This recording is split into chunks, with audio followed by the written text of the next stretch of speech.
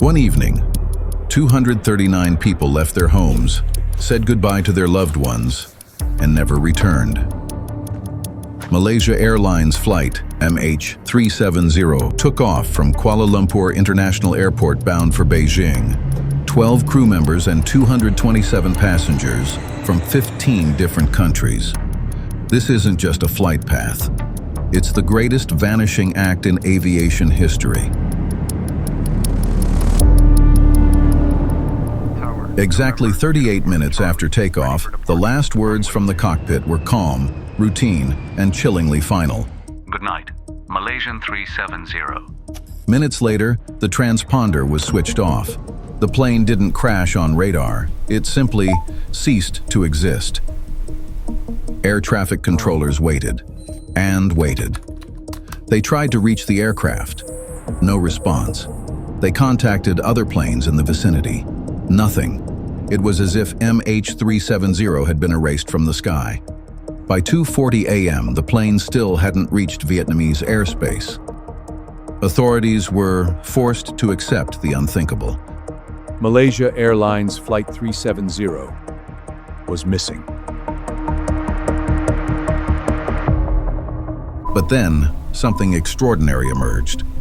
Malaysian military radar had been quietly tracking the plane all along, and what it showed was deeply disturbing.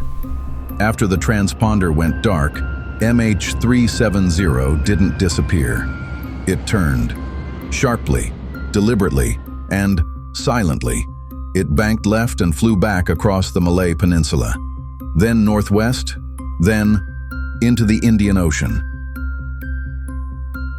The breakthrough came from an unlikely source, a British satellite company called Inmarsat. Their satellite had been passively exchanging routine automated signals with MH370's communication system, what engineers call a handshake. These weren't conversations. They were just electronic check-ins. Are you there? Yes, I'm here. Every hour, 7 times. The last handshake came at 8:19 a.m. After that, silence. With the analysis of the satellite data, we have narrowed down the search area to a specific corridor in the... Inmarsat's engineers performed a remarkable piece of detective work. By analyzing the slight frequency shifts in those handshake signals, they calculated the plane's direction of travel. Their conclusion narrowed the search to 2 arcs: a northern corridor stretching toward Central Asia, and a southern corridor extending deep into the southern Indian Ocean. Analyzing fuel range, speed, and signal timing, they concluded the plane most likely ended its journey along the southern arc, somewhere west of Australia. The Indian Ocean, one of the most remote and hostile environments on the planet. Average depth, nearly 2.5 miles. Storms that can swallow ships whole, currents that travel thousands of miles. If MH370 had gone down there, finding it would be like searching for a needle in a haystack the size of a continent. What followed was the largest, most expensive search operation in aviation history. Ships and aircraft from over 24 countries scoured millions of square miles of ocean.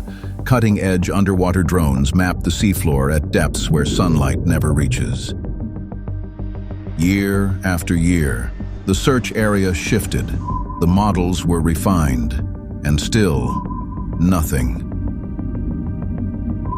Then came a discovery that changed everything, and yet, somehow, explained nothing. On July 29, 2015, nearly 500 days after MH370 vanished, a young boy playing on a beach on Reunion Island found a piece of debris. It was approximately 2 meters long. Investigators confirmed it within days. It was a flaperon, a piece of the wing of a Boeing 777, MH370's Boeing. The flaperon's discovery proved one thing beyond any doubt.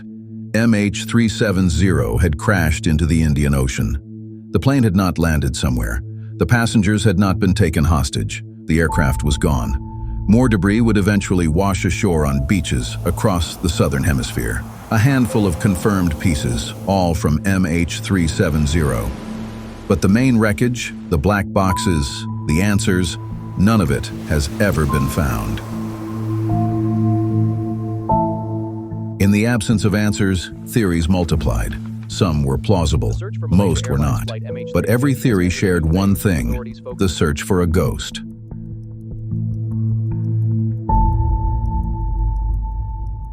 Theory 1. The rogue pilot. Did Captain Zahari Ahmad Shah plan a final, tragic exit?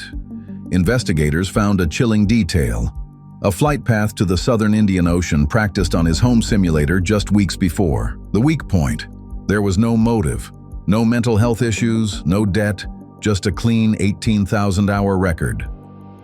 Theory 2. Hypoxia. A sudden loss of pressure turns the plane into a 200-ton flying tomb. Everyone is unconscious, and the plane flies on autopilot until the fuel runs out. The weak point: autopilots don't make sharp, complex turns. Someone had to be at the controls to change direction at IGARI. Theory 3. Fire. A cargo of lithium batteries ignites, filling the cockpit with toxic smoke. The pilots try to turn back but fail.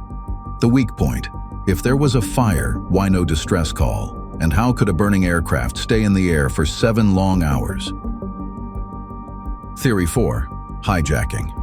An expert enters the cockpit and vanishes the plane from radar. They knew the blind spots. The weak point: no political group claimed responsibility, no ransom was demanded, and 239 people simply disappeared without a trace. Theory 5. The shoot-down. Was it accidentally targeted during a military exercise and covered up? The weak point: a mid-air explosion would leave a massive debris field in the South China Sea, but the searchers found nothing.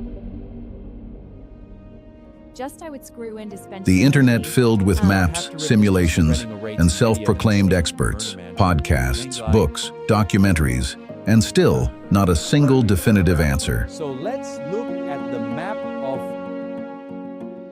But behind every theory, behind every radar blip, behind every piece of debris analysis, there are 239 human beings.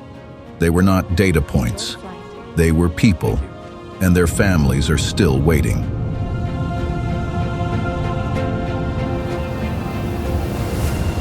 The mystery of MH370 isn't just about a missing plane.